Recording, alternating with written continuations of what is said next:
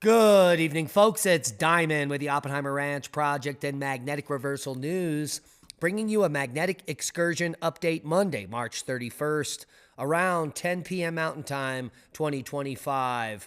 Earlier today, we reached S1 radiation storm, but now we are in moderate S2 radiation storm. The threshold was reached just moments ago, and that could be bad news for satellites.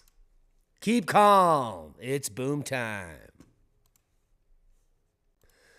Peak wind gusts from Sunday's storm in Michigan were stronger than some tornadoes. In fact, straight line winds can be just as dangerous as tornadoes. Take a look at this. Jackson saw 96 mile per hour gusts, Grand Rapids 81, and St. Joseph's Pier 80. Holy macaroni. And the north ice storm areas are hard hit, and it is ruthless out there, and another ice storm is following this in its wake in just a few days. Now, the ice storm up north brought down trees and power lines. Let's take a look at the state of power up in Michigan. It's still looking pretty bleak after days without power. 233,000 in Michigan still without power. 35,000 in Wisconsin and 25,000 in Indiana, as well as 12,000 in Virginia. But the hardest hit, obviously, here is Michigan. Michigan doesn't have that many customers. Let's take a look. So, okay, yeah, they do have 5 million. So this is just a small percentage, just 250,000. So we're looking at just about 8% of people in Michigan without power. And they're all centered in this one region. So hopefully they got the memo. Don't be scared, be prepared. And they've got some generators running in that region. Did you hear about this? 170 mile per hour jet stream winds over Tahoe, breaking weather records. Winds of up to 150 miles per hour ripped across Tahoe at the surface on Monday, as the National Weather Service warned. Holy macaroni. The jet stream winds more than 30,000 feet high in the atmosphere were ripping at 170 miles per hour over California on Monday. Some of these strong winds mixed towards Tahoe Ski Resort, and a 150 mile per hour gust was measured at Palisades on Monday morning. I hope they close the ski resorts because that is deadly. And what else is deadly are avalanches. An avalanche warning for a huge swath of the central and northern Rockies in Colorado. The following message, an avalanche warning, will be in effect from 7 a.m. Tuesday until 5 p.m. Tuesday. Dangerous avalanche conditions will develop on Tuesday morning and last through the day. Expect the avalanche danger to rise potentially to the highest level, warning of 5. Stay out of the backcountry. Here is the epic hail map for March 30th.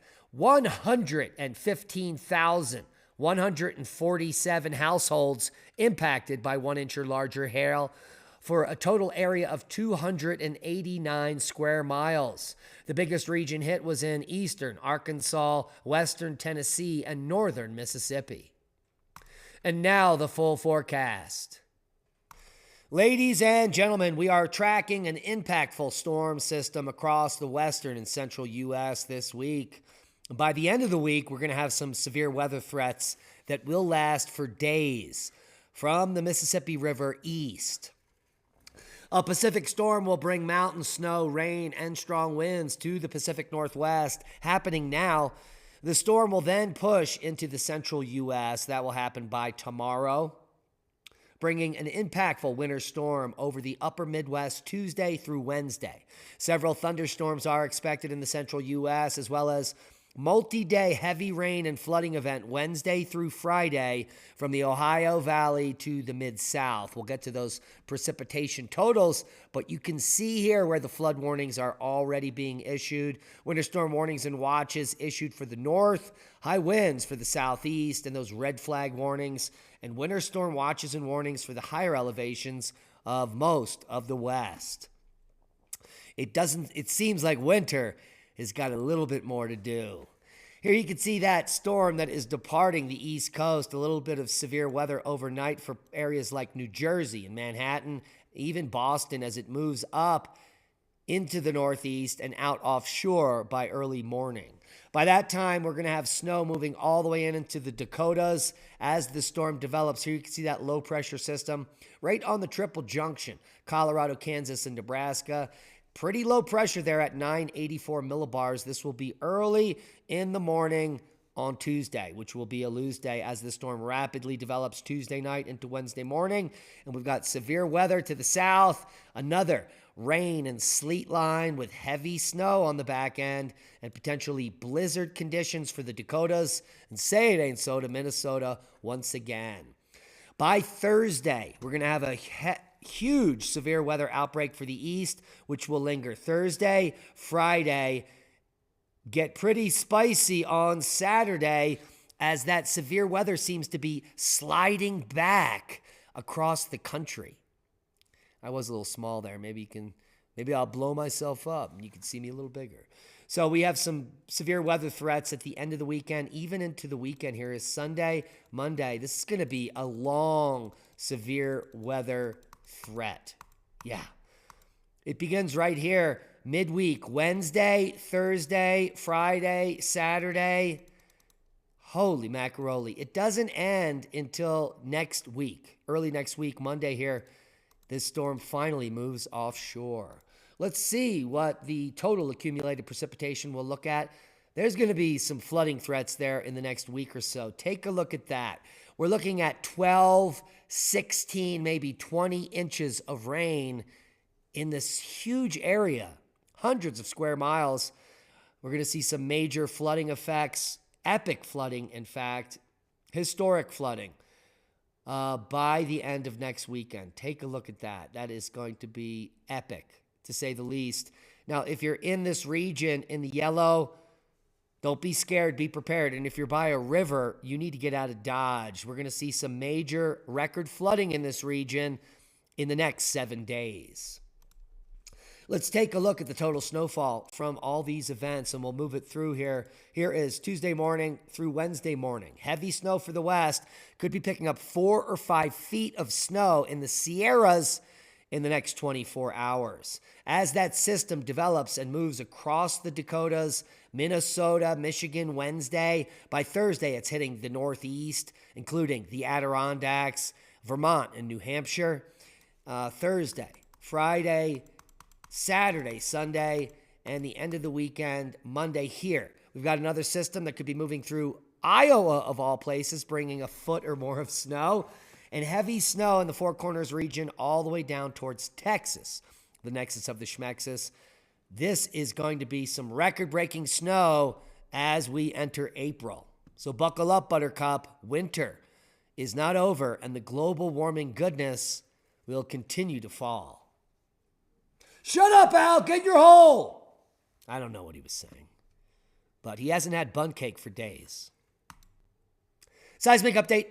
Wow, a couple of rumblers just popped off. A 5.0 in Pototano, Indonesia. We've got another rumbler here, 4.6 in Colombia. Normal activity worldwide, but spread out quite well. All the way up here in the Arctic and the Greenland Sea, a 4.6. A moderate uptick in the west coast here of the U.S. as well as the west coast of South America. But normal activity worldwide, nothing to shake a finger at. I just shook my finger. Worldwide volcano news. We've got Nevada de Ruiz first on the list, 22,000 feet there. Ibu to 8,000 feet. Liwatobi to 8,000 feet. Ducono to 9,000 feet. Semeru to 15,000 feet. Reventador, ongoing volcanic ash. Santa Guito to 14,000 feet. Conleon, 10,000 foot blast. Poas on the list. They can kiss my Poas. 10,000 foot blast there. Reventador, 14,000 foot puff. Popo to 20,000. Liwatobi to 8,000. Santa Guito to 14,000. Semeru, who knew? Now you do. 15,000 foot blast today. Katmai, volcano. No eruption, but volcanic ash resuspension to 4,000 feet. That means there might have been some heavy winds here, blowing up some ash from recent explosions. How do you like them apples? Conleon on the list, 10,000-foot blast there. And that basically takes us into the next day. We've got Chevalouche to 7,000. Conleon to 9,000. Ongoing volcanic ash at Santa Rita, Poas. Nothing happening there. I don't know why it's on the list. Ducono to 7,000 feet. We're already in April 1st. April Fools! Yeah, it's not April 1st here yet. We got a couple hours to go. But tomorrow, we will have Semeru erupting to 15,000 feet and several others that we'll report on then. Space weather.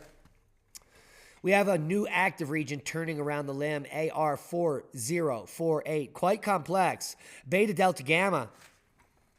Maybe.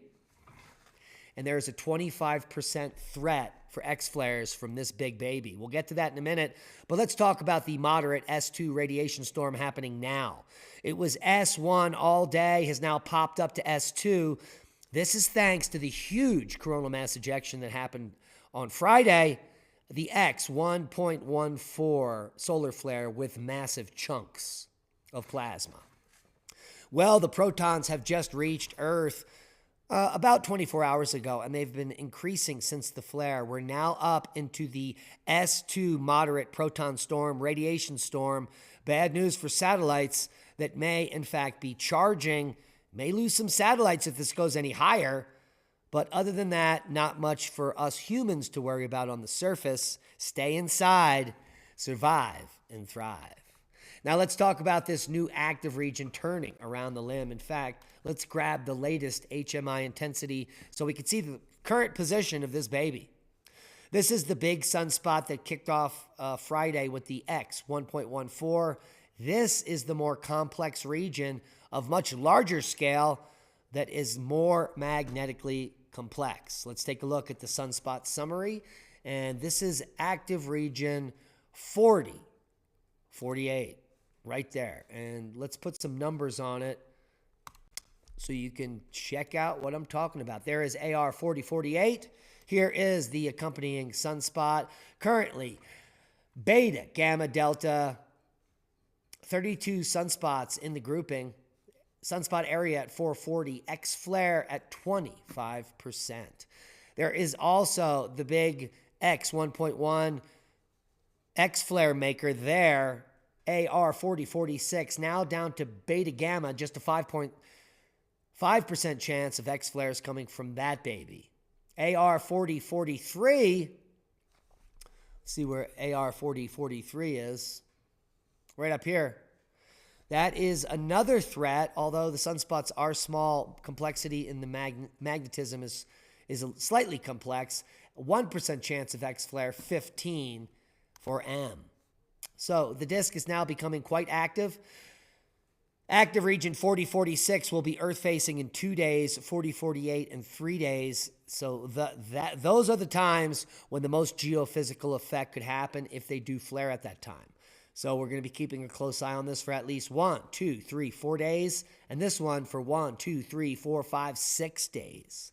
So the next week could get spicy with some renewed activity and some new space weather, maybe kicking off another geomagnetic storm.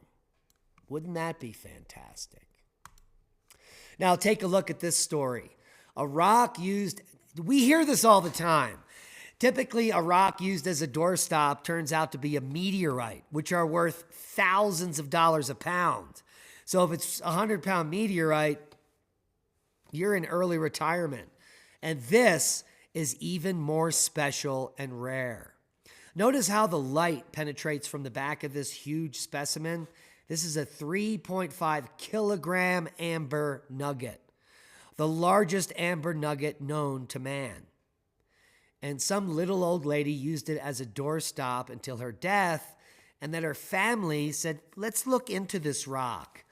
Well, and they became millionaires. They say one person's trash is another person's treasure, but a chunk of rock used to keep a door open for decades is a treasure by pretty much anybody's standards. The 3.5 kilogram, 7.7 pound stone was found in a stream bed in southeast Romania by an elderly woman years ago who brought it home and put it to use as a pretty doorstop. Her discovery turned out to be one of the biggest impact chunks of amber in the entire world. According to a report in El País, its value somewhere in the region of €1 million or $1.1 million. And the family, after the woman passed, did in fact sell it to the Romanian government. In Romania, pieces of amber can be found around the village of Colti in sandstone from the banks of the river Buzău, where it has been mined since the 1920s. Known as rumenite, Romania, hello. This amber is famed and prized for its wide array of deep reddish hues. And this doorstop is the biggest piece of amber ever known. The elderly woman who found this particular rumenite nugget lived in Colti, where it remained performing a function so humble that it was missed even by jewel thieves who once targeted the home. How stupid do they feel now? They're probably not alive, but I do digress. All the links and the articles will be below. And with all these power outages and ice storms, it's spring, ding ding. We've got more tornadic activity and heavy hail coming in the coming weeks and months. If you don't have a backup generator, get yourself a portable solar generator from Oops. Don't say oops when the power goes out. Say, oops, let's turn on our power generator, and you can reanimate all of your electronics. Oops offers every version of solar power generator, from the smallest to the largest, whole house to a personal use, to fit every budget, and there are deep discounts. The new Exodus 1200 portable power station is half off. It's $700 price. You can get it for $359 plus our discounts, about $350. And there are bigger units that could run your refrigerators for days and simply recharge off the sun in a few hours with a small solar array. Support our channel, support your preparedness, get yourself a power station, and the kind you're actually looking for. They've got videos here. They've got information where you can figure out what it is you're looking for and get the most affordable price on any unit at Oops. Don't say oops during a power outage. Get the Oops and survive and thrive in the trying times. You know what we used to say on the channel, proper prior preparation prevents piss poor performance. Well, that certainly isn't going to happen if you don't have any backup power. And that's a boom to knowledge. Get the Oops and stop saying oops. We love each and every one of you. Hit the thumbs up. It helps with the algorithm. Subscribe to the channel. Half of you watching are not subscribed, and it helps our channel grow, and we would appreciate that. We love each and every one of you. Be safe, and we'll see you all out at the Seed Exchange in Moffett, Colorado, April 12th and 13th.